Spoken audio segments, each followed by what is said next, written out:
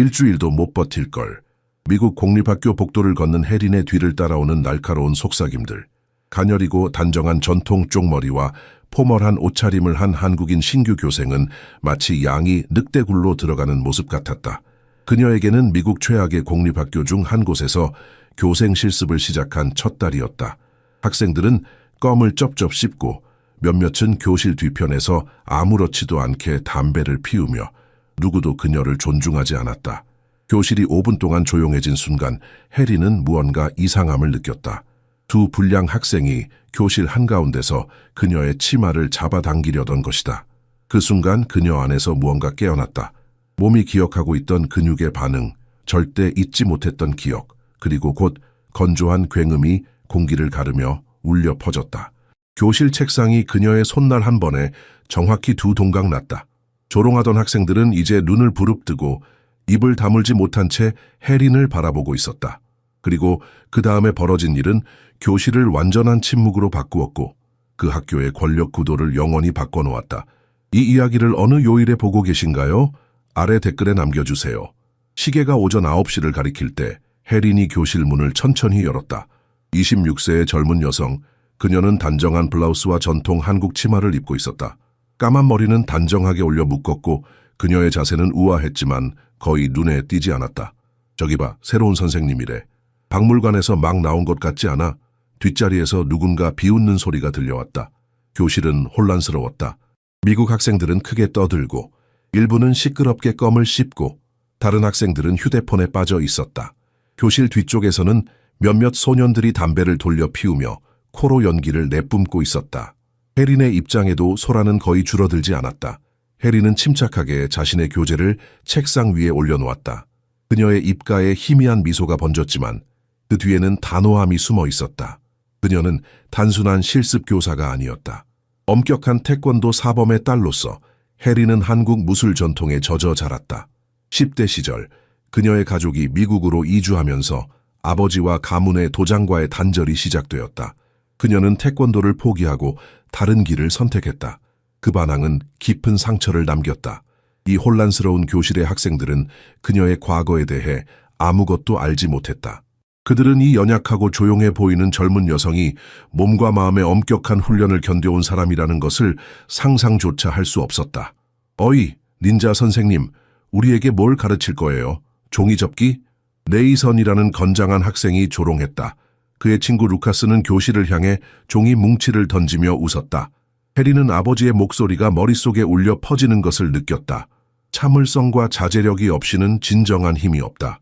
그녀는 수년간의 훈련이 그녀에게 가르쳐준 가치를 떠올렸다. 여러분, 42페이지를 펴주세요. 그녀가 부드럽지만 단호한 목소리로 말했다. 그녀의 미묘한 악센트는 웃음소리만 더 키웠다. 혜린은 어떻게 시작해야 할지 고민했다. 이곳은 가족의 도장이 아니었다. 존중이 첫 번째 교훈인 곳이 아니었다. 이곳은 미국 공립학교였고 그녀의 권위는 강요되는 것이 아니라 구축되어야 했다. 차분하게 그녀는 수업을 계속했다. 단지 3명이나 4명의 학생만이 최소한의 관심을 기울이는 동안에도 나머지는 사담, 웃음, 도발을 계속했다. 혜린은 침착함을 유지하며 각 학생을 관찰하고 이름과 행동을 기억하며 이 그룹의 역학을 이해하려고 노력했다. 그녀는 이것이 긴 여정이 될 것임을 알고 있었다. 하지만 태권도의 첫 번째 교훈은 인내였다.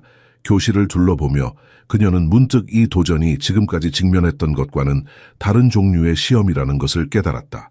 이것은 신체적인 도전이 아니라 정신적인 도전이었다. 그리고 아버지는 항상 말했다. 정신이 강하면 몸도 따라온다. 첫 수업이 시작된 지 며칠이 지났지만 혜린의 상황은 더 악화되었다. 그녀가 수업을 시작하려는 첫 시도는 거의 완전한 무관심으로 맞이했다. 네이선은 여전히 책상 위에 발을 올려놓고 있었고 그의 절친한 친구 루카스는 쓰레기통을 향해 종이 뭉치를 던지며 일부러 빗나가게 했다. 이봐 닌자 아가씨, 우리에게 무엇을 가르치려고 해요? 종이 접기.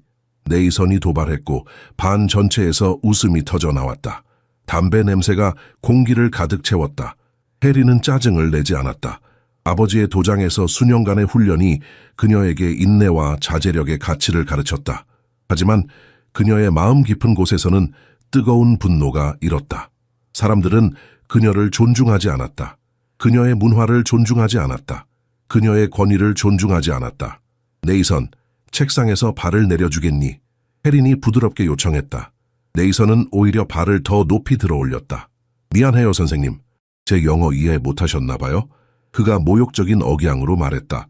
혜린의 얼굴에 불쾌한 기억이 스쳐 지나갔다. 미국에 처음 왔을 때 아이들이 그녀의 말투를 흉내내던 방식, 그녀가 먹는 음식을 조롱하던 방식, 그것은 10대 시절 그녀가 자신의 유산을 버리고 미국적인 것이 되기로 결심하게 한 요인이었다. 수업을 시작하겠습니다. 그녀는 말했다. 그녀의 목소리는 조용했지만 그 안에는 강철 같은 의지가 있었다. 제시카라는 조용한 여학생이 앞자리에서 고개를 들었다. 그녀는 혜린의 눈을 마주치고 작게 미소 지었다. 적어도 한 명은 경청하고 있었다. 수업이 진행되는 동안 루카스는 계속해서 혜린의 악센트를 조롱했다. 선생님, 다시 말해보세요. 제대로 못 알아들었어요. 그가 과장된 표정으로 말했다. 혜린은 자신의 10대 시절을 떠올렸다. 아버지가 그녀에게 추가 훈련을 강요하는 동안 그녀의 미국 친구들은 자유를 즐기고 있었다. 그 오래된 분노가 다시 솟아오르기 시작했다. 그녀는 그것을 억눌렀다. 한국 문화에서는 그녀가 갑자기 시작했고 그녀의 목소리는 선명하고 또렷했다. 우리는 존중이 단순한 단어가 아니라 삶의 방식이라고 배웁니다. 잠시 동안 교실은 조용해졌다. 몇몇 학생들은 혼란스러운 시선을 교환했고 다른 학생들은 경멸적으로 웃었다. 루카스는 과장된 하품을 시뮬레이션했다. 혜린은 고집하지 않았다. 그녀는 수업을 계속했지만 이 상황이 불러일으키는 기억의 소용돌이를 자신에게 간직했다. 특히 아버지와의 마지막 큰 싸움, 그의 실망한 얼굴, 그리고 그들이 결코 화해할 수 없었다는 사실이 그녀를 괴롭혔다. 수업이 끝날 무렵 제시카가 혜린에게 다가왔다. 선생님, 저는 오늘 수업이 정말 좋았어요. 그녀가 조용히 말했다. 혜린은 미소를 지었다. 작은 승리였지만 그것은 시작이었다. 태권도에서 가장 중요한 교훈 중 하나는 인내심이었다. 그녀는 이 교실에서도 같은 원칙을 적용할 것이다. 그녀는 내일을 위한 다른 접근법을 계획하기 시작했다. 아버지는 항상 말했다. 적응하지 못하는 전사는 패배한 전사다. 그녀는 적응할 것이다. 그녀는 이겨낼 것이다. 다음 주들이 지나자 학생들의 도발은 더욱 강도를 더해갔다. 혜린이 소리치거나 처벌하지 않는 것을 본 학생들은 그녀의 평온함을 약점으로 해석하기 시작했다. 특히 소란스러운 아침, 루카스는 미국 문학에 대한 그녀의 설명을 일부러 방해하며 늦게 들어왔다. 늦어서 죄송해요 해. 뭐라고 했죠? 이름이? 모든 아시아 이름이 똑같이 들려서요. 그가 비웃음을 던지며 말했다. 혜린은 단지 차분한 몸짓으로 그의 자리를 가리켰다. 그녀의 표정은 변하지 않았지만 내면에서는 무언가가 갈라지고 있었다. 이런 종류의 조롱은 새로운 것이 아니었다. 미국에 처음 왔을 때 그녀도 같은 말을 들었다. 그때는 그녀의 영혼을 찢었다. 지금도 여전히 아팠다. 네이선은 선생님의 명백한 수동성에 고무되어 목소리를 높였다. 이봐 루카스, 그녀는 아마 영어를 제대로 이해하지 못하는 것 같아. 우리가 더 천천히 말해야 할 것 같아. 교실은 다시 한번 웃음바다가 되었다. 제시카는 동료들의 행동에 분명히 당혹스러워하며 고개를 숙였다. 혜린은 청소년기 때 경험했던 좌절감의 섬광을 느꼈다. 아버지가 그녀의 미국 친구들이 자유를 즐기는 동안 추가 훈련을 고집했을 때 느꼈던 그 감정. 그때는 분노로 가득 찼었다. 지금은 그 분노가 다시 솟아오르려 했지만 그녀는 이를 억눌렀다. 오늘은 휘트먼의 프립에 대해 논의할 것입니다. 그녀가 말했다. 그녀의 목소리는 흔들림 없었지만 손에 쥔 책은 미세하게 떨렸다. 이봐, 닌자 여자가 시를 안해 네이선이 크게 말했다. 다음에는 무술 동작도 보여줄까? 그의 말은 웃음을 자아냈지만 혜린의 마음에는 고통스러운 기억을 불러일으켰다. 그녀의 아버지가 보여준 완벽한 동작들, 그녀가 반복해서 연습했던 형태들, 그리고 그녀가 태권도를 버렸을 때 그의 얼굴에 나타났던 깊은 실망감. 그녀는 갑자기 멈추고 깊게 숨을 들이마셨다. 네이선. 그녀가 이름을 불렀다. 교실은 조용해졌다. 그녀가 그의 이름을 기억한다는 사실이 그를 놀라게 했다. 당신이 누군가를 이해하기 위해서는 먼저 존중을 보여줘야 합니다. 그렇지 않으면 당신은 결코 배우지 못할 것입니다. 그녀의 말은 단순했지만 그 안에 담긴 힘은 아무도 예상치 못했다. 몇몇 학생들은 불편하게 자리에서 움직였다. 그래서요? 루카스가 도전적으로 물었다. 하지만 그의 목소리에는 미세한 불확실성이 있었다. 해리는 그를 정면으로 응시했다. 그래서 나는 계속 가르칠 것이고 당신이 배울 준비가 될 때까지 기다릴 것입니다. 그녀의 대답은 간단했지만 그 안에는 깊은 결의가 담겨 있었다. 루카스는 다른 학생들을 바라보며 지지를 구했지만 몇몇은 미묘하게 그들의 시선을 피했다. 수업이 끝나고 해리는 자신의 작은 사무실로 돌아갔다. 그녀는 아버지의 오래된 사진을 꺼내들었다. 엄격한 눈빛, 완벽한 자세. 그녀는 마음속으로 그에게 물었다. 아버지, 어떻게 하면 존중받을 수 있을까요? 어떻게 이 학생들에게 다가갈 수 있을까요? 다음 날을 위한 교환을 준비하면서 그녀는 결심했다. 그녀는 포기하지 않을 것이다. 그녀는 이 도전을 통해 성장할 것이다. 어쩌면 이 과정에서 그녀는 아버지와의 관계에서 잃어버린 무언가를 찾을지도 모른다. 해가 지고 난 후 해리는 작은 아파트로 돌아왔다. 현관문을 열자마자 정막이 그녀를 방했다. 방 한쪽 벽에는 액자 하나가 걸려 있었다. 그 안에는 그녀의 아버지, 김성호 사범의 사진이 들어있었다. 전통적인 태권도 자세를 취하고 있는 모습이었다. 단정한 도복, 꿋꿋한 시선, 완벽한 균형감. 해리는 불을 켜지 않은 채 소파에 앉았다. 달빛만이 그녀의 얼굴을 비추었다. 그녀는 무릎을 끌어안았다. 오늘의 모욕적인 상황들이 머릿속을 맴돌았다. 그러나 그보다 더 고통스러운 것은 아버지와의 마지막 대화였다. 태권도는 우리 가문의 혼이다. 해리나, 아버지가 말했었다. 너는 단순히 포기할 수 없어. 왜요? 17살의 해린이 대항했다. 저는 그냥 평범한 미국 10대처럼 살고 싶어요. 파티에 가고 친구들과 어울리고 더 이상 매일 도장에서 시간을 보내고 싶지 않아요. 그것은 우리의 전통을 모욕하는 일이다. 아버지의 목소리가 높아졌다. 너는 우리 조상들을 욕되게 하고 있다. 조상들? 저는 지금 살고 있어요. 과거가 아니라. 해리는 눈물을 참지 못했다. 저는 이런 구식관습의 수호자가 되고 싶지 않아요. 아버지의 얼굴에 번진 상처의 표정이 지금도 해린의 마음을 찢었다. 그건 단순한 실망이 아니었다. 그것은 배신감이었다. 그 후로 그들의 관계는 결코 회복되지 않았다. 해리는 대학에 진학했고 아버지와의 대화는 짧고 형식적인 것이 되었다. 그녀는 방학에도 거의 집에 가지 않았다. 그리고 그때 전화가 왔다. 혜린 씨, 당신의 아버지가. 의사의 목소리가 떨렸다. 심장마비로 돌아가셨습니다. 세상이 무너지는 것 같았다. 모든 것이 멈춘 듯했다. 화해할 시간이 없었다. 용서를 구할 시간이 없었다.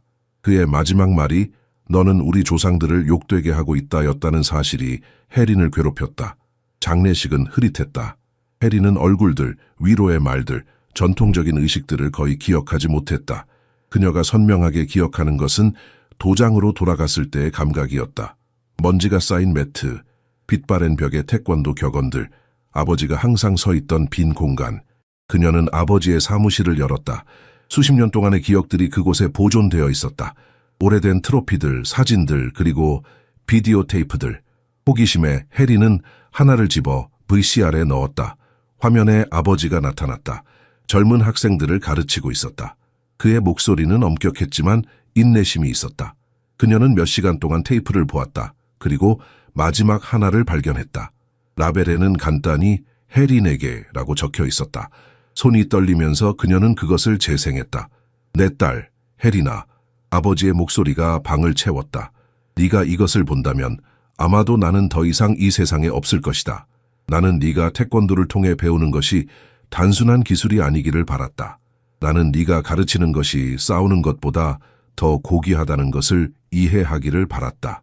해리는 어둠 속에서 눈물을 흘렸다. 그녀는 이제야 이해했다. 아버지는 단순히 전통을 위한 전통을 원한 것이 아니었다. 그는 그녀가 태권도의 정신을 이해하기를 원했던 것이다. 그녀는 아파트 창문을 바라보았다. 내일 그녀는 다시 그 반항적인 교실로 돌아갈 것이다. 하지만 이번에는 그녀는 새로운 이해를 가지고 갈 것이다. 그 목요일 아침 해리는 특별한 결심을 했다. 아버지의 말씀을 생각하며 그녀는 문화적 다양성에 관한 특별 수업을 위해 한복을 입기로 했다. 전통 한복의 담백한 푸른색 치마와 하얀색 저고리는 그녀에게 힘을 실어주는 듯했다. 거울을 보며 그녀는 아버지가 지금 그녀를 자랑스러워할지 궁금했다. 교실에 들어서자마자 그녀는 즉시 분위기의 변화를 느꼈다. 몇몇 학생들의 눈이 커졌고 다른 이들은 키득거리기 시작했다. 와, 물랑이다. 누군가 뒤에서 소리쳤다. 해리는 중국 영화 캐릭터와 한국 전통 의상을 혼동하는 무지함에 내적으로 한숨을 쉬었지만 표정은 변하지 않았다. 오늘은 문화적 다양성에 대해 이야기할 것입니다. 그녀가 차분하게 말했다. 다른 전통들이 어떻게 우리 모두를 풍요롭게 하는지에 대해서요. 수업 자료를 나눠주기 위해 움직이는 동안 그녀는 네이선과 루카스가 의미심장한 눈빛을 교환하는 것을 놓치지 않았다. 그들이 무언가를 꾸미고 있다는 것은 분명했다. 해리는 경계를 늦추지 않았다. 그녀가 그들의 책상 근처를 지나갈 때 네이선이 고의적으로 팔을 뻗었다. 그의 손가락이 그녀의 한복 치마자락을 향해 움직였다. 이 천 밑에 뭐가 있는지 한번 볼까? 그가 충분히 큰 소리로 중얼거려 여러 학생들이 들을 수 있었다. 시간이 느려지는 것 같았다. 해린의 몸은 그녀의 의식적인 생각보다 먼저 반응했다. 수천 번의 훈련으로 다듬어진 반사신경이 작동했다. 하나의 유연한 동작으로 그녀는 네이선의 손목을 붙잡았다. 그것은 공격적인 움직임이 아니었다. 오히려 물이 바위 주위를 흐르듯 부드러웠다. 하지만 결과는 즉각적이었다. 네이선은 갑자기 자신이 전혀 예상치 못한 위치에 있는 것을 발견했다. 그의 팔은 그의 등 뒤로 돌아가 있었고 상체는 책상에 부드럽게 눌려 있었다. 그것은 고통스럽지 않았지만 완전히 움직일 수 없게 만드는 자세였다. 뭐 하는 거예요? 네이선이 놀라서 더듬거렸다. 루카스가 친구를 도우려고 달려들었다. 해리는 간단히 몸을 돌렸고 루카스도 마찬가지로 무력화되었다. 그녀의 손목의 단순한 회전으로 그는 움직일 수 없게 되었다. 교실 전체가 절대적인 침묵에 빠졌다. 학생들은 입을 벌린 채 2명의 가장 문제적인 남학생들을 별다른 노력 없이 제압한 작은 아시아 여교사를 지켜보았다. 나를 놓아줘. 네이선이 요구했다. 그의 목소리는 분노와 굴욕감이 섞여 있었다. 해리는 즉시 그들을 풀어주고 2 걸음 뒤로 물러났다. 그녀의 자세는 중립적이었다.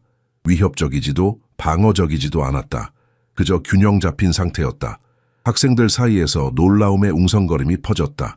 몇몇은 휴대폰을 꺼내 순간을 포착하려 했고 다른 이들은 그저 믿을 수 없다는 듯이 쳐다보았다. 해리는 결정적인 순간임을 알았다. 그녀는 이 순간을 교훈으로 전환해야 했다. 말없이 그녀는 교실 구석에 있는 빈 책상으로 다가갔다. 나무 표면 위에 손을 올리고 그 질감을 느꼈다. 한 번의 정확한 동작으로 그녀는 손바닥 중앙에 에너지를 집중시켰다. 도장에서 수천 번 연습한 기술, 그리고 단 한 번의 타격을 가했다. 나무가 마른 딱 소리와 함께 반으로 갈라졌다. 2개의 완벽한 반쪽이 반대쪽으로 떨어졌다. 충격이 조용한 교실 전체에 울려 퍼졌다. 이것이 그녀가 마침내 침묵을 깨고 말했다. 그녀의 차분한 목소리는 방금 보여준 힘과 대조적이었다. 통제입니다. 단순한 힘이 아닌 규율입니다. 그녀는 반 전체를 향해 돌아섰고 각 학생의 눈을 바라보았다. 학생들은 처음으로 진정한 경외심을 느꼈다. 이것은 또한 제가 당신들을 해치지 않고 제지할 수 있게 해준 같은 통제력입니다. 해린이 말을 이어갔다. 그녀의 목소리는 부드러웠지만 교실을 가득 채웠다. 네이선과 루카스는 여전히 자리에 얼어붙어 있었다. 그들의 얼굴에는 충격과 혼란이 뒤섞여 있었다. 방금 일어난 일을 처리할 수 없는 듯했다. 하지만 어떻게? 루카스가 더듬거렸다. 해리는 그를 향해 미소 지었다. 그것은 친절한 미소였다. 승리의 미소가 아니었다. 나는 김성호 사범의 딸입니다. 저는 태권도장에서 자랐어요. 그녀는 교실을 천천히 걸어다니기 시작했다. 그녀의 한복 치마는 부드럽게 그녀의 발 주위에서 흔들렸다. 태권도는 단순한 격투기가 아닙니다. 그것은 자기 수양의 길입니다. 우리는 싸우는 법을 배우는 것이 아니라 싸우지 않아도 되는 방법을 배웁니다. 제시카가 조심스럽게 손을 들었다. 그 책상을 어떻게 그렇게 했어요? 집중력입니다. 해린이 대답했다. 힘은 근육에서 오는 것이 아니라 정신에서 옵니다. 에너지를 한 점에 집중시키는 법을 배우면 불가능해 보이는 것들이 가능해집니다. 그녀는 반으로 갈라진 책상 옆에 섰다. 저는 여러분에게 책상을 부수는 법을 가르치려는 것이 아닙니다. 저는 여러분에게 집중하는 법, 자신을 통제하는 법, 그리고 무엇보다도 서로를 존중하는 법을 가르치고 싶습니다. 놀랍게도 학생들은 경청하고 있었다. 처음으로 해리는 그들의 완전한 주의를 끌었다. 심지어 네이선과 루카스조차도 침묵 속에 앉아 있었다. 이제 계속 수업을 진행해도 될까요? 해린이 물었다. 고개를 끄덕이는 소리가 교실 전체에서 들렸다. 놀랍게도 네이선이 자기 자리로 돌아가며 지갑에서 무언가를 꺼냈다. 그것은 껌이었다.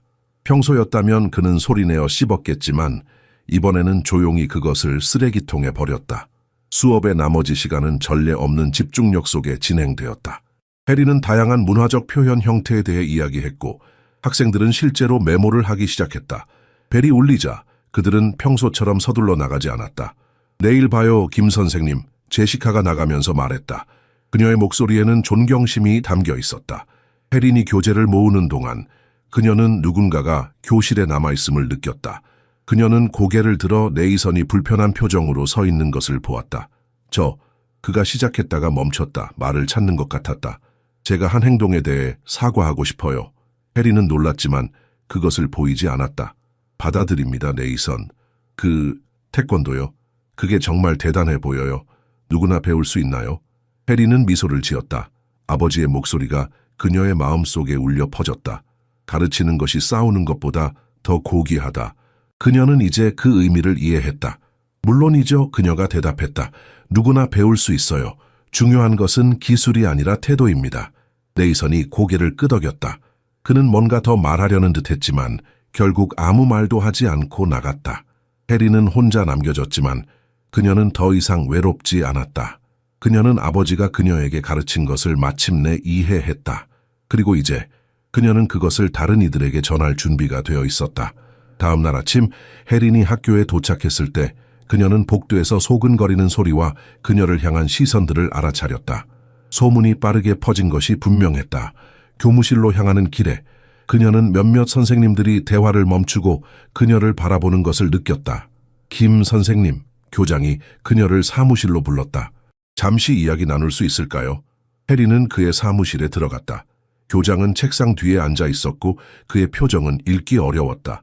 학생들이 어제 있었던 일에 대해 이야기하고 있습니다. 그가 시작했다. 당신이 맨손으로 책상을 부수고 두 학생을 제압했다고요. 해리는 침착하게 고개를 끄덕였다. 네, 그렇습니다. 네이선이 제 옷을 잡아당기려 했을 때 방어적인 동작을 사용했습니다. 그리고 그 후에 통제력에 대한 교훈을 가르치기 위해 책상 시연을 했습니다. 교장은 턱을 문질렀다. 놀랍게도 어떤 학생도 공식적인 불만을 제기하지 않았습니다. 네이선이나 루카스조차도요. 사실 이번 주에 처음으로 그들이 다른 수업에서도 방해를 일으키지 않았다고 들었습니다. 그는 해린을 유심히 살폈다. 하지만 김 선생님, 아마도 당신의 배경에 대해 더 알아야 할 때가 온 것 같습니다. 해린은 깊게 숨을 들이마셨다. 그녀는 이 순간이 올이라는 것을 알았다. 그녀의 과거와 현재가 마침내 만나는 순간. 제 아버지는 김성호 사범이었습니다. 그녀가 시작했다. 그는 가족에게 더 나은 기회를 찾아 미국으로 이민 온 존경받는 태권도 지도자였습니다. 그녀는 자신이 도장에서 어떻게 자랐는지, 단순한 싸움 기술뿐만 아니라 철학, 규율, 존중을 어떻게 배웠는지 설명했다. 그녀는 10대 시절의 반항, 아버지와의 불화, 그리고 그녀가 지니고 있는 후회에 대해 이야기했다. 저는 여기서 문학 역사 장문을 가르치기 위해 왔습니다. 그녀가 결론지었다. 하지만 또한 명예와 상호 존중에 대해 무언가를 전하기를 희망합니다. 교장은 처음에는 회의적이었지만 점차 해린의 진심에 설득되었다. 어쩌면 그것이 바로 그 반이 필요로 하는 것일지도 모릅니다. 그가 인정했다. 김 선생님, 그가 잠시 후에 말했다. 저는 이 학교에서 20년 동안 일해왔습니다. 그리고 저는 여러 교사들이 그 특정 반과 씨름하는 것을 보았습니다. 아마도 당신의 접근 방식이 그들에게 필요한 것일지도 모릅니다. 그는 자리에서 일어났다. 다만 더 이상의 책상 파괴는 없었으면 합니다. 그것들은 비싸거든요. 해리는 미소 지었다. 약속드립니다. 그날 오후 그녀가 교실에 들어섰을 때 그녀는 미묘한 변화를 알아차렸다. 아무도 크게 말하지 않았고 담배는 보이지 않았으며 학생들은 조심스러운 관심으로 그녀를 바라보았다. 그것은 두려움이 아니었다. 그것은 호기심이었다. 처음으로 해리는 반 전체에 완전한 관심을 얻었다. 학생들의 얼굴에서 그녀는 질문을 보았다. 그들은 이제 그녀가 누구인지 알고 싶어 했다. 그리고 그녀는 그들에게 보여줄 준비가 되어 있었다. 오늘은 계획을 조금 바꾸겠습니다. 해린이 말했다. 그녀는 예정된 교환을 옆으로 밀어두고 교사 책상 가장자리에 앉았다. 오늘은 여러분과 한 가지 이야기를 나누고 싶습니다. 교실은 기대에 찬 침묵 속에 있었다. 네이선조차도 호기심으로 앞으로 몸을 기울였다. 저는 서울의 작은 도장에서 자랐습니다. 혜린이 시작했다. 매일 아침 5시에 일어나 훈련을 시작했죠. 다른 아이들이 놀고 있을 때 저는 같은 동작을 수백 번 반복하고 있었습니다. 그녀는 13살 때 미국으로 이주했던 문화 충격에 대해 이야기했다. 어떻게 필사적으로 어울리고 받아들여지기를 원했는지. 저는 다른 것이 싫었어요. 그녀가 고백했다. 다른 학생들이 제 억양, 제 음식, 제 옷을 놀릴 때가 싫었어요. 몇몇 학생들이 시선을 낮추었다. 일부는 그들 자신의 행동을 그 말에서 인식했다. 네이선은 불편하게 의자에서 몸을 뒤척였다. 그래서 저는 많은 10대들이 하는 일을 했어요. 반항했죠. 아버지가 소중히 여기는 모든 것을 버렸어요. 훈련을 중단하고 미국식 옷을 입기 시작했고 제 문화적 유산을 지우려고 노력했어요. 제시카가 조심스럽게 손을 들었다. 아버지는 뭐라고 하셨어요? 해리는 깊게 숨을 들이마셨다. 고통이 여전히 그녀의 목소리에 묻어 있었다. 그는 제가 여러 세대의 전통을 욕되게 하고 있다고 말씀하셨어요. 우리는 심하게 다퉜어요. 저는 끔찍한 말들을 했죠. 그녀는 잠시 멈추고 감정과 싸웠다. 그리고 몇 년 후 그는 돌아가셨어요. 우리가 화해할 기회도 없이 무거운 침묵이 교실을 채웠다. 루카스조차도 평소에는 무관심한데 이야기에 몰두한 것 같았다. 그의 장례식 후에 혜린이 계속했다. 저는 버려진 도장으로 돌아갔어요. 먼지가 우리가 함께 많은 시간을 보냈던 매트를 덮고 있었죠. 그곳에서 저는 비디오들을 발견했어요. 그녀는 오래된 녹화본을 발견한 이야기를 들려주었다. 아버지가 학생들을 가르치고 기술을 시연하고 더 중요하게는 무술의 의미에 대한 개인적인 생각을 기록하는 내용이었다. 그 비디오 중 하나에서 그는 저에 대해 이야기하고 있었어요. 제 미래에 대한 그의 희망에 대해서요. 혜린의 목소리가 살짝 떨렸다. 나는 그녀가 가르치는 것이 싸우는 것보다 더 고귀하다는 것을 이해하기를 바란다. 그가 말했어요. 그 문장은 의미를 담고 공중에 떠 있었다. 그때 저는 모든 것을 잘못 이해했다는 것을 깨달았어요. 아버지는 제가 단순히 태권도 수련자가 되기를 원한 것이 아니었어요. 그는 제가 그 예술 뒤에 있는 원칙들을 이해하기를 원했어요. 규율, 존중, 자제력. 네이선이 조용히 손을 들었다. 그래서 선생님이 교사가 되신 거예요? 해리는 고개를 끄덕였다. 저는 단순히 태권도를 보존함으로써가 아니라 그 철학을 교육에 적용함으로써 아버지의 유산을 기리기로 결심했어요.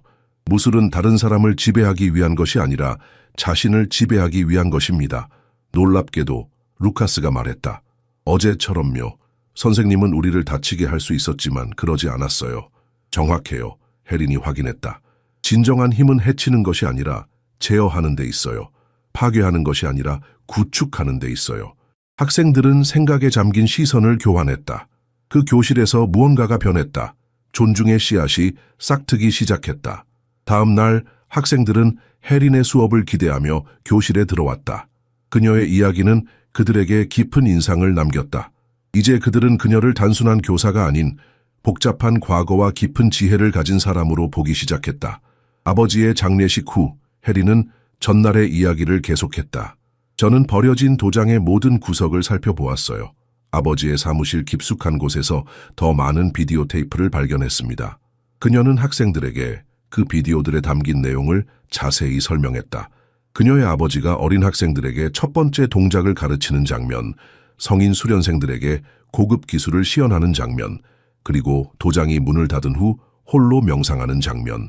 한 비디오에서는 아버지가 카메라를 향해 직접 말씀하고 계셨어요. 혜린의 목소리가 감정으로 약간 떨렸다. 마치 미래의 누군가와 대화하듯이요. 마치 저와 대화하듯이. 그녀는 아버지가 말한 정확한 단어들을 회상했다. 태권도는 단순한 발차기와 펀치가 아니다. 그것은 삶의 방식이다. 우리는 싸우는 법을 배우지만 더 중요한 것은 싸우지 않는 법을 배우는 것이다. 진정한 승리는 상대를 쓰러뜨리는 것이 아니라 자신의 분노와 두려움을 극복하는 것이다. 교실은 완전한 침묵에 빠져 있었다. 모든 학생이 그녀의 말에 집중하고 있었다. 그리고 그때 아버지는 저에 대해 말씀하셨어요. 혜린이 계속했다. 내 딸 혜린은 뛰어난 기술을 가지고 있지만 아직 태권도의 진정한 목적을 이해하지 못하고 있다. 나는 그녀가 단순히 기술을 연마하는 것을 넘어서기를 바란다. 나는 그녀가 가르치는 것이 싸우는 것보다 더 고귀하다는 것을 이해하기를 바란다. 그녀는 잠시 멈추고 창밖을 바라보았다. 그녀의 눈에 눈물이 맺혔지만 그녀는 그것을 삼켰다. 그 순간 저는 모든 것을 잘못 이해했다는 것을 깨달았어요. 제가 10대였을 때 저는 아버지가 단지 전통을 위해 전통을 지키려 한다고 생각했어요. 하지만 그는 그 이상을 원하셨어요. 그는 제가 태권도의 정신을 이해하기를 원하셨어요. 신체적 기술이 아닌 정신적 원칙을요. 네이선이 조심스럽게 손을 들었다. 그의 얼굴에는 평소에 오만함이 없었다. 그래서 선생님이 교사가 되신 거예요? 해리는 고개를 끄덕였다. 네, 저는 단순히 태권도를 보존하는 것이 아니라 그 철학을 교육에 적용함으로써 아버지의 유산을 기리기로 결심했어요. 무술은 다른 사람을 지배하기 위한 것이 아니라 자신을 지배하기 위한 것입니다. 루카스가 놀랍게도 발언했다. 어제처럼요. 선생님은 우리를 다치게 할 수 있었지만 그러지 않았어요. 정확해요. 해린이 미소를 지으며 확인했다. 진정한 힘은 해치는 것이 아니라 제어하는 데 있어요. 파괴하는 것이 아니라 구축하는 데 있어요. 그럼 선생님은 지금도 태권도를 연습하세요? 제시카가 물었다. 해리는 잠시 망설였다. 아버지가 돌아가신 후 저는 훈련을 멈췄어요. 도장은 문을 닫았고 저는 제 길을 찾고 있었죠. 하지만 이제 저는 다시 시작해야 할 때가 왔다고 생각해요. 그녀는 깊게 숨을 들이마셨다. 아버지는 항상 말씀하셨어요. 지식은 나눌 때 더 강해진다고. 이제 저는 그 의미를 이해합니다. 학생들의 얼굴에서 해리는 무언가 새로운 것을 보았다. 그것은 단순한 호기심이 아니었다. 그것은 존중이었다. 그리고 어쩌면 일부에게는 그것은 영감의 시작이었다. 다음 주부터 해리는 자연스럽게 태권도의 원칙들을 정규 수업에 통합하기 시작했다. 그녀는 각 수업을 집중의 순간으로 시작했다. 모두가 생각을 중심에 모을 수 있도록 단 30초간의 침묵으로. 처음에는 킥킥거림으로 받아들여졌지만 이 의식은 점차 학급 일과의 자연스러운 부분이 되었다. 오늘은 태권도의 5가지 덕목에 대해 이야기해 보겠습니다. 혜린이 화요일 아침에 발표했다. 칠판에 그녀는 한글과 영어로 단어들을 썼다. 예의, 염치, 인내, 극기, 불굴의 정신. 이것들은 추상적인 개념이 아닙니다. 그녀가 설명했다. 이것들은 우리가 매일 실천할 수 있는 원칙들입니다. 그녀는 학생들에게 각 덕목을 현대적인 맥락에서 어떻게 적용할 수 있는지 생각해 보라고 요청했다. 학생들은 소그룹으로 나뉘어 논의했다. 놀랍게도 심지어 루카스도 적극적으로 참여했다. 예의는 약함을 의미하지 않습니다. 혜린이 반 전체 토론 중에 설명했다. 그것은 각 사람의 내재적 가치를 인정하는 것을 의미합니다. 네이선이 갑자기 손을 들었다. 이제 그는 수업 중에 일관되게 주의를 기울였다. 마치 앵무새 죽이기에서 에티커스가 그를 멸시하는 사람들까지도 존중하는 것처럼요. 해리는 진정으로 감명을 받아 미소 지었다. 정확해요, 네이선. 에티커스의 예의는 그의 약점이 아니라 내면의 힘에서 나옵니다. 교실의 분위기가 점차 변하고 있었다. 휴대폰은 덜 자주 나타났고 방해는 줄어들었다. 일부 학생들은 일찍 도착하기 시작하여 수업 자료나 한국과 그 전통에 대해 혜린과 대화를 시작했다. 선생님, 제가 인내에 대해 좀 더 알고 싶어요. 제시카가 수업 후에 물었다. 때로는 계속 노력하는 것이 너무 어려워요. 특히 결과가 바로 보이지 않을 때요. 혜린은 친절하게 미소 지었다. 내 아버지는 항상 말씀하셨어요. 대나무는 강풍에도 부러지지 않는다. 왜냐하면 그것은 구부러질 줄 알기 때문이다. 인내는 단순히 기다리는 것이 아니라 적응하고 계속 전진하는 것입니다. 목요일 수업에서 혜린은 학생들에게 불굴의 정신에 대해 이야기했다. 불굴의 정신은 당신이 낙담하지 않는다는 의미가 아닙니다. 그녀가 설명했다. 그것은 당신이 낙담에도 불구하고 계속한다는 의미입니다. 태권도에서 우리는 종종 같은 동작을 수백 번 연습합니다. 실패하고 배우고 다시 시도합니다. 이 원칙은 학문적 도전을 넘어 학생들의 개인적인 투쟁에도 공명했다.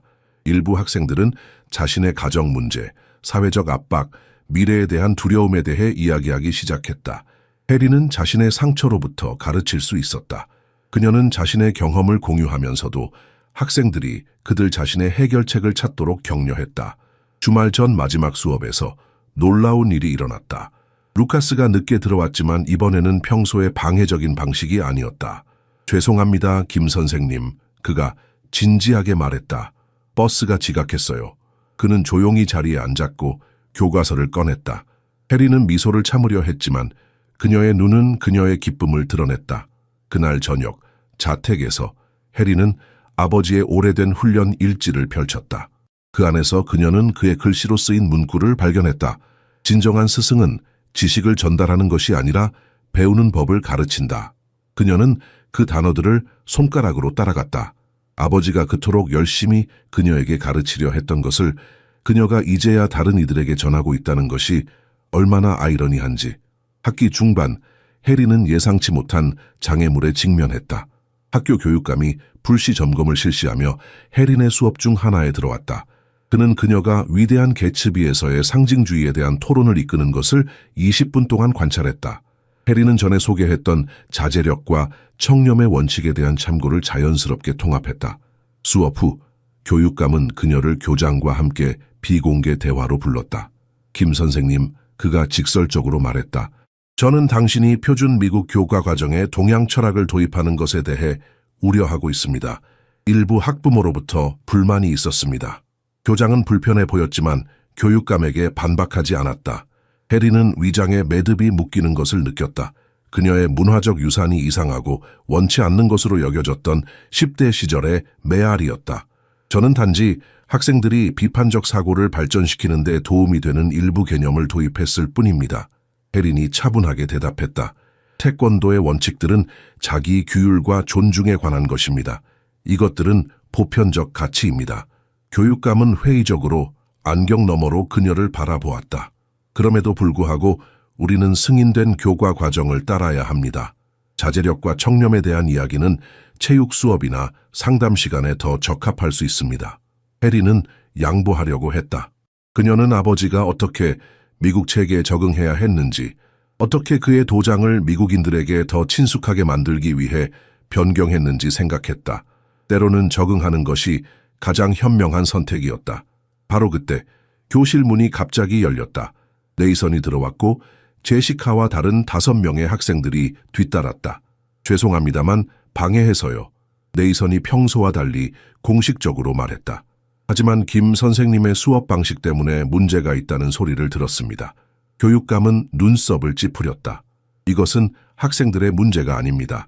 제시카가 한 걸음 앞으로 나섰다. 존경을 담아 말씀드리자면 맞습니다. 우리가 그녀에게서 배우고 있는 사람들이니까요. 놀랍게도 학생들은 한 명씩 해린의 수업이 그들의 학업 성취와 행동에 어떻게 긍정적인 영향을 미쳤는지 공유하기 시작했다. 저는 지난 3년 동안 한 번도 숙제를 제출한 적이 없었어요. 네이선이 인정했다. 하지만 지난 3주 동안은 모든 과제를 제출했죠. 김 선생님이 인내와 자기 규율에 대해 가르쳐 주신 것 때문이에요. 다른 학생이 덧붙였다. 그리고 우리는 여전히 교과 과정을 배우고 있어요. 사실 저는 문학을 더 잘 이해하게 됐어요. 왜냐하면 이제 등장인물들의 행동과 동기를 다른 방식으로 생각하기 때문이에요. 교육감은 처음에는 의심스러웠지만 점차 학생들이 설명한 변화에 관심을 보이기 시작했다. 그는 교장과 의미심장한 시선을 교환했다.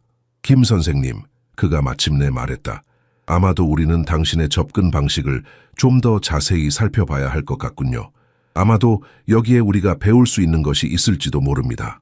학생들이 나간 후 교장은 해린에게 미소를 지었다.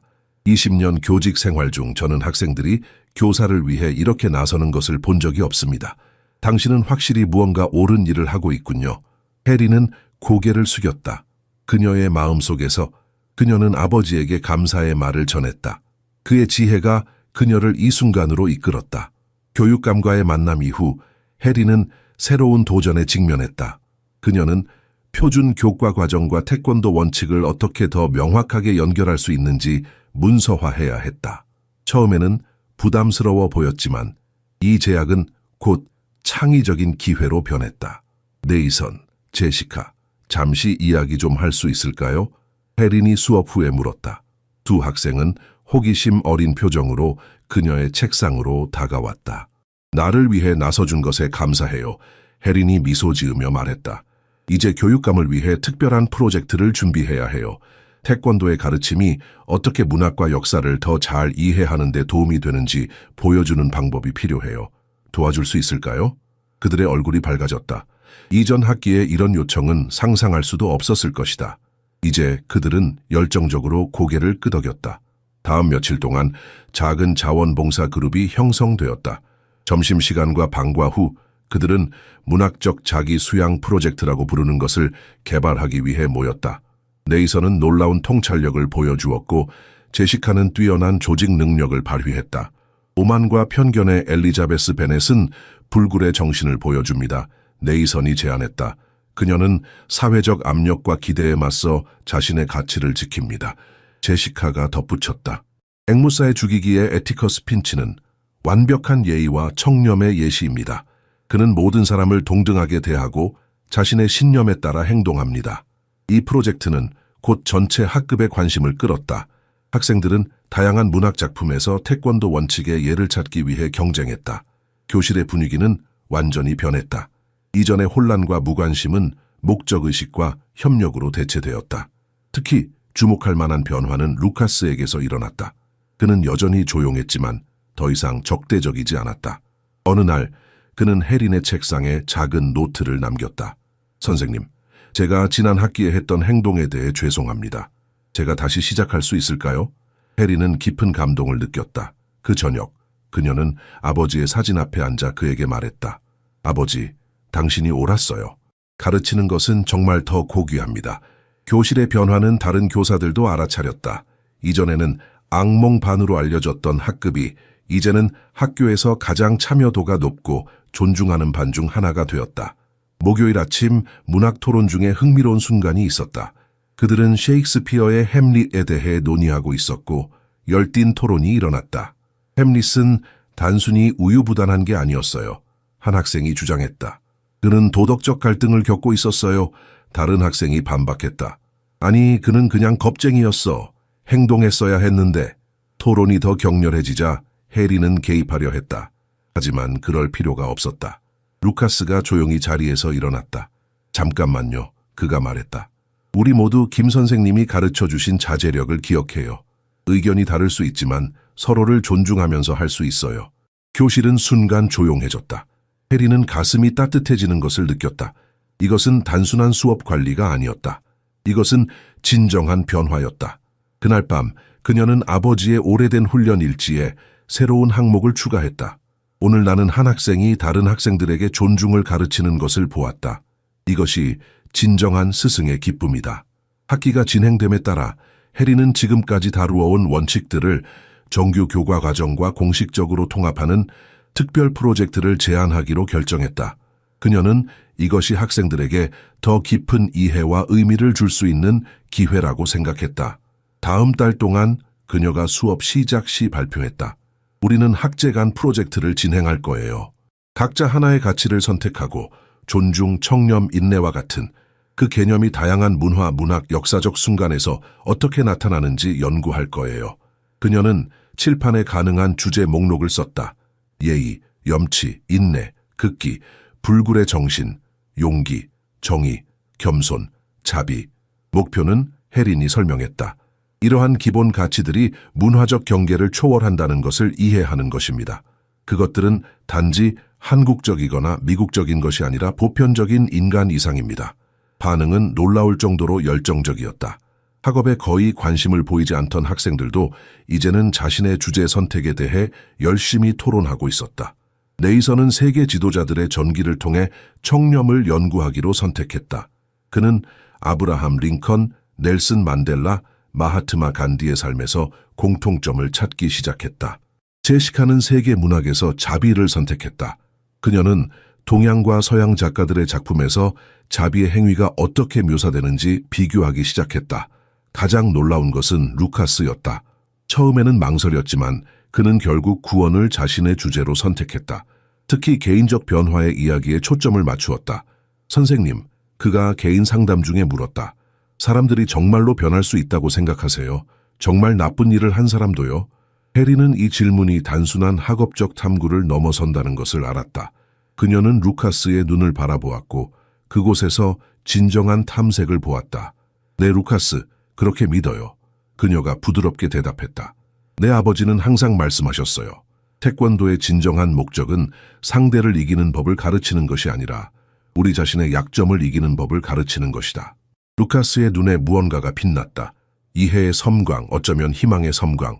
그래서 우리가 했던 나쁜 일들이 우리를 영원히 정의하지 않는다는 말씀이시죠? 해리는 고개를 끄덕였다. 우리의 과거 행동은 우리의 일부이지만 우리의 전부는 아니에요. 매일 우리는 다시 선택할 기회가 있어요. 이 대화는 해린에게 깊은 인상을 남겼다. 그녀 자신도 아버지와의 관계에서 구원의 형태를 찾고 있었다. 비록 그는 더 이상 이 세상에 없었지만 그녀는 그의 가르침을 통해 그와 화해하고 있었다. 프로젝트가 진행됨에 따라 해리는 학생들의 성장을 지켜보았다. 그들은 단순히 과제를 완료하는 것 이상을 하고 있었다. 그들은 자신의 삶과 선택에 대해 깊이 생각하고 있었다. 어느 날 오후 교장이 해린의 교실을 방문했다. 그는 학생들이 작은 그룹으로 열심히 토론하는 것을 보고 놀랐다. 김 선생님, 그가 감탄했다. 이 학생들에게 무슨 일이 일어난 거죠? 이들은 제가 9월에 봤던 같은 학생들이 맞나요? 해리는 미소를 지었다. 그들은 항상 이런 잠재력을 가지고 있었어요. 그들에게 필요한 것은 그들 자신을 믿을 이유였을 뿐이에요. 교장은 고개를 끄덕였다. 교육감이 다음 주에 당신의 특별 프로젝트 결과를 보러 올 예정이에요. 그는 당신의 방법론에 진지한 관심을 가지고 있어요. 이 말은 해린에게 압박감을 주었지만 그것은 좋은 종류의 압박감이었다. 그녀는 학생들을 믿었고 더 중요하게는 이제 그녀는 자신을 믿었다. 특별 프로젝트의 결과를 공개 발표하는 날이 다가왔다. 학교 공동체 전체, 교사, 행정관, 학부모, 다른 학생들이 청중으로 초대되었다. 행사 아침 긴장감이 교실에 감돌았다. 오늘 떨리는 것은 정상이에요. 해린이 학생들에게 말했다. 그들은 청중석에 앉을 준비를 하고 있었다. 불굴의 정신은 두려움이 없다는 것이 아니라 두려움에도 불구하고 계속할 용기를 갖는 것을 의미해요. 네이선은 그의 넥타이를 3번째로 조정했다. 한 학기 전만 해도 불량 학생이었던 그가 이제는 정장을 입고 발표를 준비하고 있다니 믿기 힘든 광경이었다. 만약 내가 망치면 어떡해요? 그가 작은 목소리로 물었다. 해리는 그의 어깨에 손을 올렸다. 완벽함이 아니라 진정성이 중요해요. 당신이 배운 것을 진심으로 나누기만 하면 돼요. 강당은 예상보다 더 많은 사람들로 채워졌다. 교육감이 교장 옆 첫 줄에 앉았다. 처음에 해린의 비전통적인 방법에 회의적이었던 경력 많은 교사들도 호기심에 참석했다. 해린은 행사를 짧게 소개했다. 오늘 여러분은 단순한 학생 발표가 아닌 문화, 역사, 그리고 인간 경험의 보편적 가치에 대한 탐구의 여정을 보게 될 것입니다.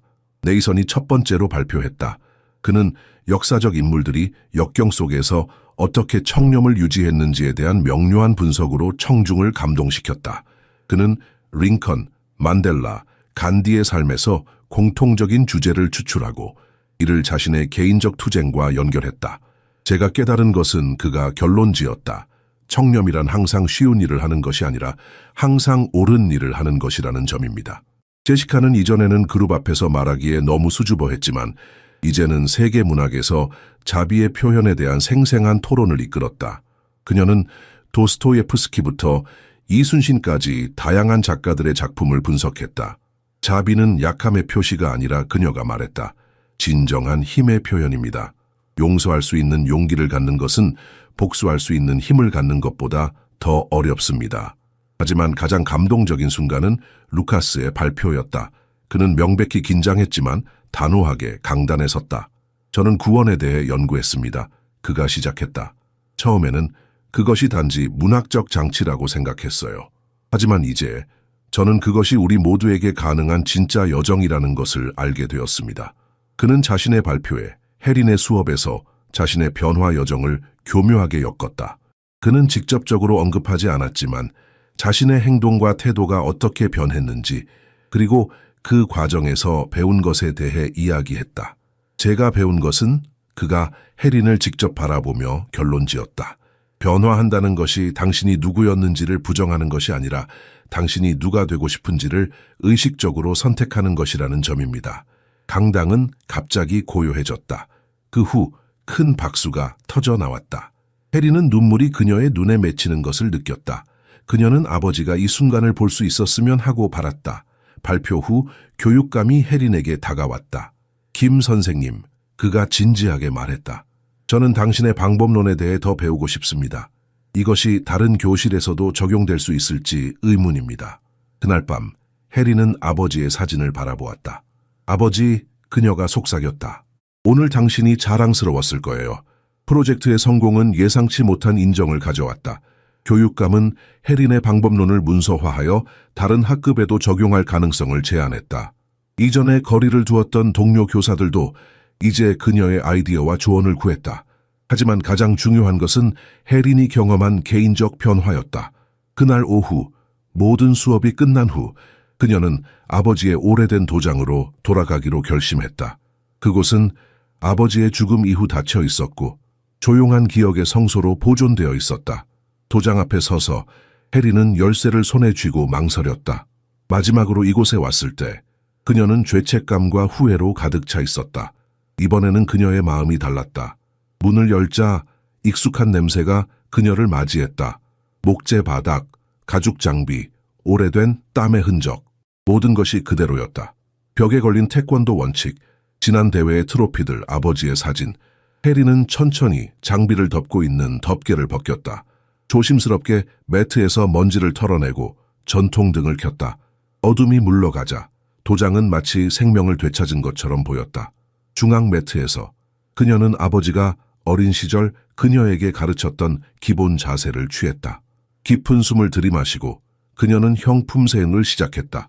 태권도 원칙을 구현하는 정확한 동작 시퀀스. 그녀의 몸은 기억했다.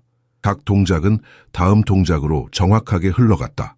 처음에는 느리고 서툴렀지만 곧 그녀의 근육이 깨어났다. 동작은 더 유연해지고 더 강해지고 더 자신감 있게 변했다. 조용한 눈물이 그녀의 뺨을 타고 흘러내렸지만 이번에는 슬픔의 눈물이 아니었다. 그것은 재연결의 눈물이었다. 그녀는 단순히 오래된 기술을 실천하는 것이 아니었다. 그녀는 아버지와 다시 연결되고 있었다. 그녀가 마지막 형을 마치고 마무리 자세를 취했을 때 그녀는 누군가가 지켜보고 있는 것을 느꼈다. 문에 서 있는 것은 네이선 제시카 루카스였다. 김 선생님, 네이선이 당혹감과 존경심이 담긴 목소리로 말했다. 죄송해요. 우리가 방해하려던 것은 아니었어요. 선생님이 여기 오신다고 하셔서. 해리는 놀랐지만 미소 지었다. 들어와요. 그녀가 초대했다. 이곳은 내 아버지의 도장이었어요. 학생들이 조심스럽게 들어왔다. 그들의 눈은 벽의 사진과 상징들을 흡수했다. 여기서 자랐군요. 제시카가 부드럽게 말했다. 정말 특별한 곳이에요. 그래요. 해린이 대답했다.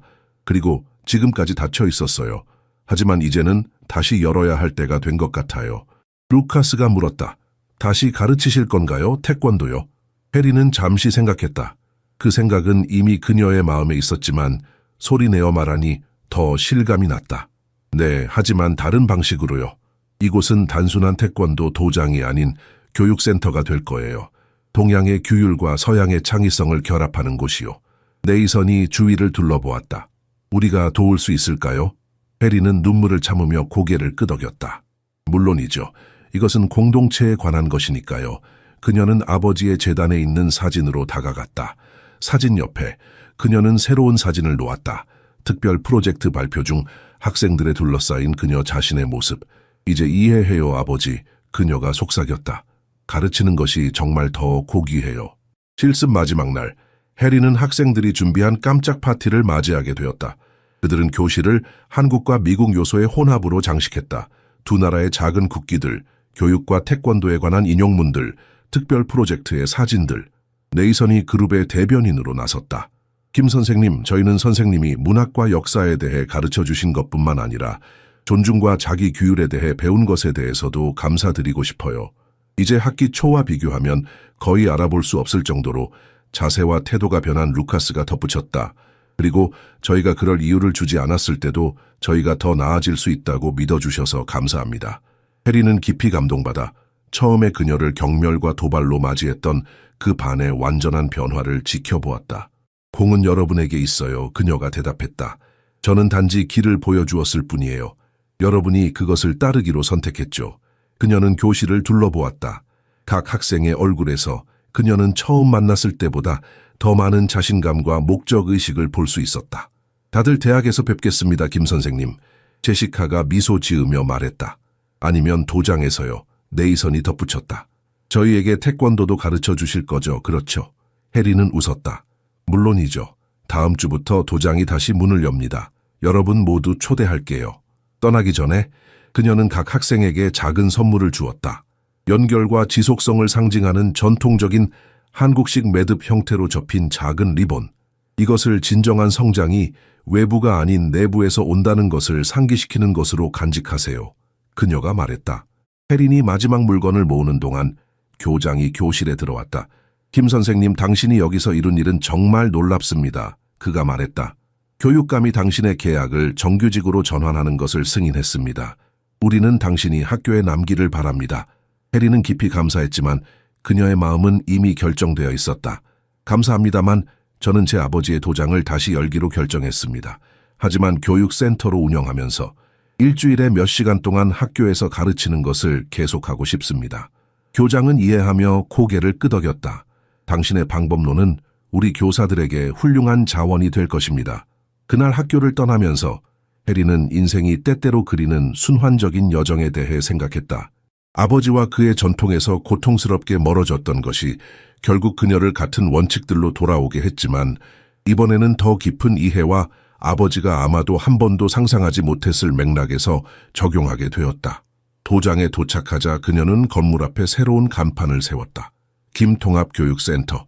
아래에는 한글과 영어로 써 있었다. 전통과 혁신의 만남. 그녀는 손을 뻗어 아버지의 오래된 도장 열쇠를 만졌다. 이제 그것은 그녀의 열쇠였다. 아버지의 유산은 단순히 살아남는 것이 아니라 그녀를 통해 진화하고 확장되고 있었다. 감사합니다, 아버지. 그녀가 작은 목소리로 말했다. 당신이 가르쳐 주신 것을 이제 저도 다른 이들에게 가르칠 수 있어요. 해가 지면서 도장의 창문을 통해 비치는 빛은 과거와 현재, 동양과 서양, 스승과 제자 사이의 다리를 비추었다. 혜린의 여정은 끝나지 않았다. 사실 그것은 이제 막 시작되었다.